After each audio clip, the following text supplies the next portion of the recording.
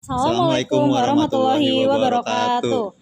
Nah, perkenalkan nama saya Ruth Kesia Tesalonika. Saya Raihan Ramadan. Kami dari Universitas Islam Syekh Yusuf, Fakultas Ilmu Sosial dan Ilmu Politik, Program Studi Ilmu Komunikasi. Nah, di sini aku akan nyarahan, PR itu apa sih? PR sebuah perusahaan untuk memelihara hubungan yang positif dan saling menguntungkan dengan berbagai pemangku kepentingan seperti media, karyawan, pelanggan, dan masyarakat luas. Nah, berdirinya kami berdua di sini udah ada di Pusat Pemerintahan Kota Tangerang. Di sini kita akan menjelaskan bagian diseminasi informasi dan komunikasi publik yang tentunya di Kominfo Kota Tangerang sendiri. Untuk pembahasan lebih lanjutnya, mari kita simak.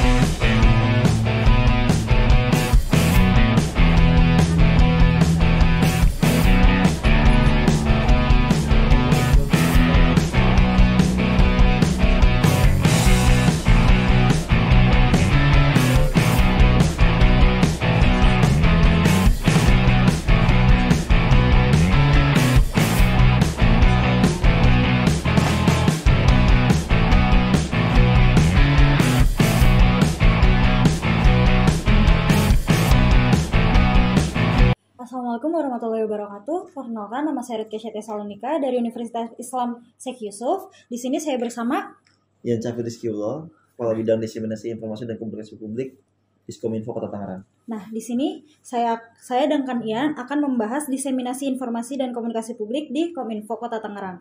Nah, Kang, sebelumnya tuh Akang di sini bisa sampai Kominfo sendiri tuh ada tahap-tahapannya nggak sih? Kebetulan saya tahun 2019 sebagai kepala TLR, itu bagian pengaduan masyarakat.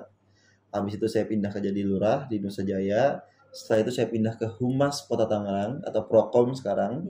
Dari Prokom tersebut akhirnya saya pindah juga ke Diskominfo ini, seperti itu. Berarti Akang sendiri tuh yang menaungi diseminasi informasi dan komunikasi publik ya? Betul. Nah, kan di sini kan kita akan membahas Kominfo Kota Tangerang. Yeah. Nah, yang pertama tuh gimana sih Kang Kominfo melakukan diseminasi informasi kepada masyarakat sendiri? Baik, jadi diseminasi kita sebar dari serangan udara dan serangan darat. Serangan udara itu kita punya platform media sosial kayak Instagram, Facebook, Twitter, TikTok, seperti itu. Terus juga untuk daratnya, untuk online-nya juga kita punya web Tangerang Kota. Yeah. Terus untuk daratnya kita punya media cetak, ada koran Benteng, setiap minggu kita sebarkan ke masyarakat, sama juga punya majalah live yang kita sebar ke restoran dan hotel-hotel kayak gitu.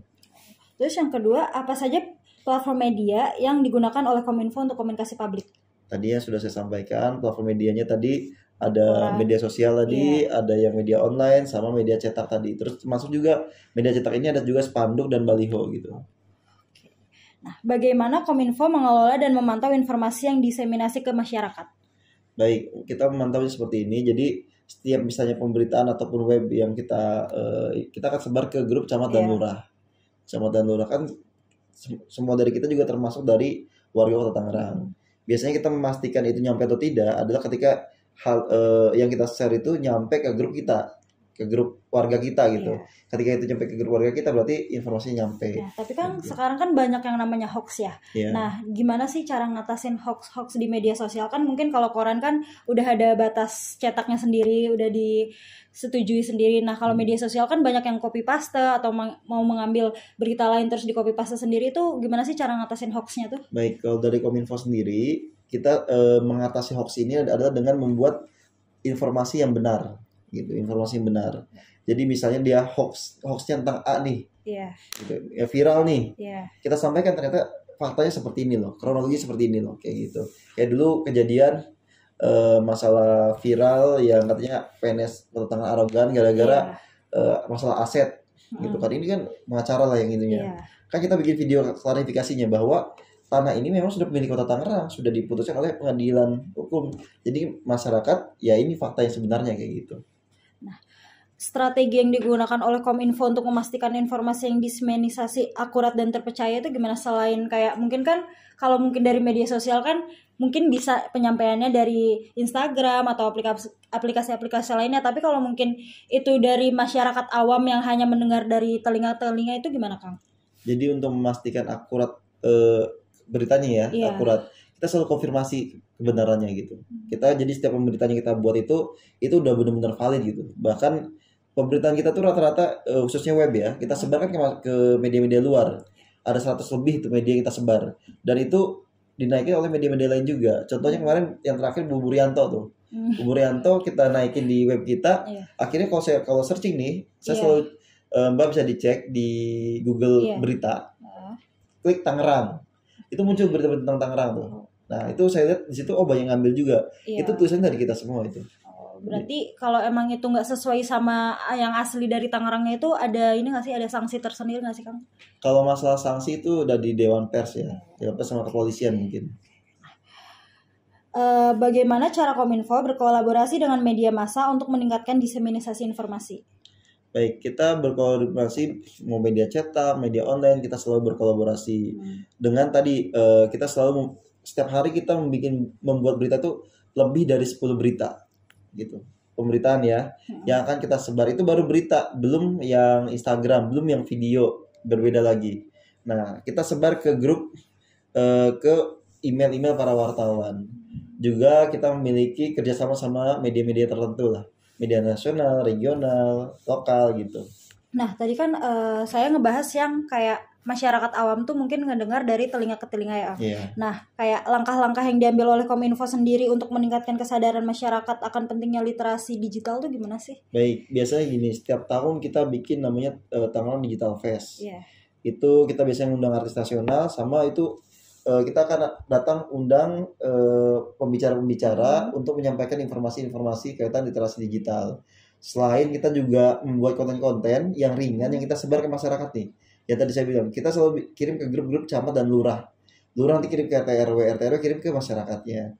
Jadi kalau misalnya si Mbak nih nggak masuk ke grup warganya, ataupun bisa protes ke RT-nya, padahal itu lurahnya udah share pasti ke grupnya. Berarti dari Kominfo sendiri itu udah menurunkan ya? Iya.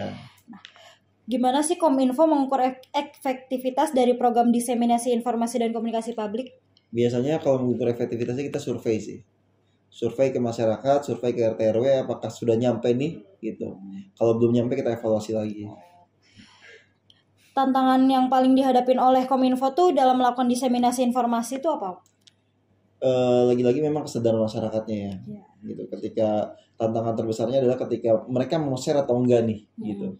Jadi makanya kita buat KIM, kelompok informasi masyarakat, untuk meningkatkan kesadaran ini. Jadi mereka punya tanggung jawab ketika kita share, walaupun kita sudah share ke RT RW, tapi kita dengan adanya orang-orang kita di wilayah nih, masyarakat relawan lah, itu mereka juga akan share juga ke masyarakat yang lainnya gitu. Terus juga kita bikin buku saku program. Buku saku program itu supaya sekarang semua orang bisa jadi orang Pemkot Tangerang gitu. Kayak misalnya saya orang Diskominfo, saya juga nggak mungkin hafal tuh 209 program Kota Tangerang. Tapi dengan ada buku saku itu bisa dibilang buku saktinya Kota Tangerang lah. Gitu. Nah, gimana sih Kominfo bekerja sama dengan platform media sosial untuk mengatasi penyebaran konten negatif atau berbahaya? Kalau platform media sosial mungkin kayak misalnya Info Tangerang dan yang lainnya. Nah, kita selalu berkolaborasi dengan Info Tangerang, dengan Kabar Ciledug, dengan Info Tangerang Kota, kaitan hal-hal tersebut gitu.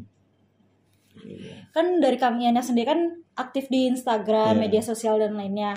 Nah, itu ada nggak sih kayak warga Tangerang tuh kayak curhat atau apa gitu, tapi secara media sosial gitu?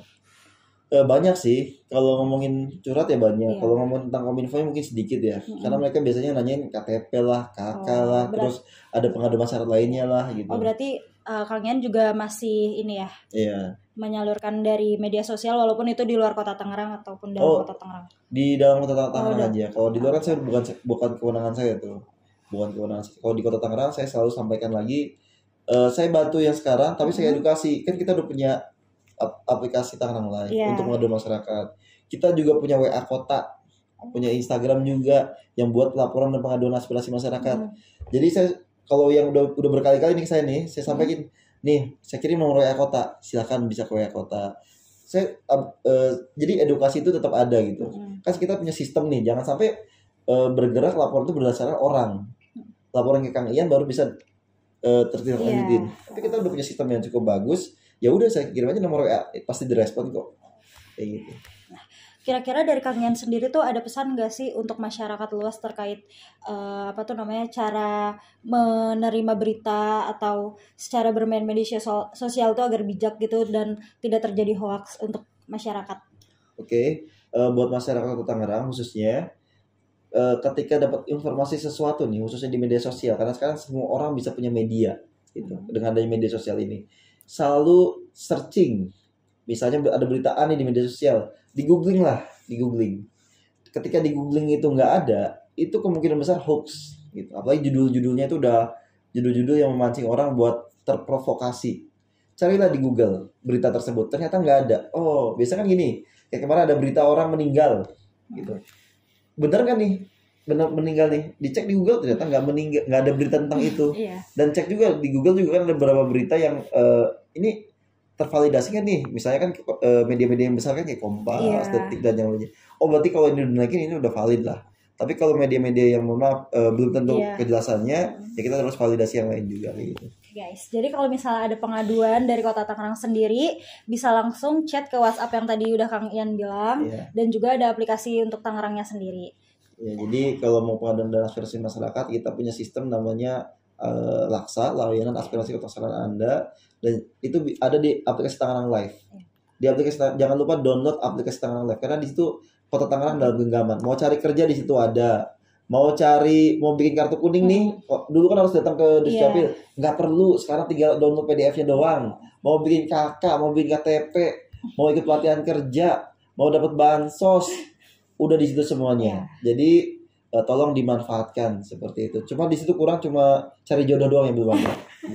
Ya, guys. Nah, tadi udah seputar diseminasi informasi dan komunikasi publik. Untuk bahasan PR yang lainnya akan kita lanjut di video nanti. Terima kasih. Oke teman-teman, tadi kalian telah menyaksikan sebuah wawancara bersama Kang Ian sendiri yang tentunya menaungi di bidang diseminasi informasi dan komunikasi politik Kominfo Kota Tangerang. Untuk terkait permasalahan yang ada di Tangerang tadi sudah dijelaskan, bisa dilaporkan ke aplikasi-aplikasi yang sudah disediakan oleh pemerintahan Kota Tangerang. Terima kasih telah menonton video kita. Wassalamualaikum warahmatullahi wabarakatuh.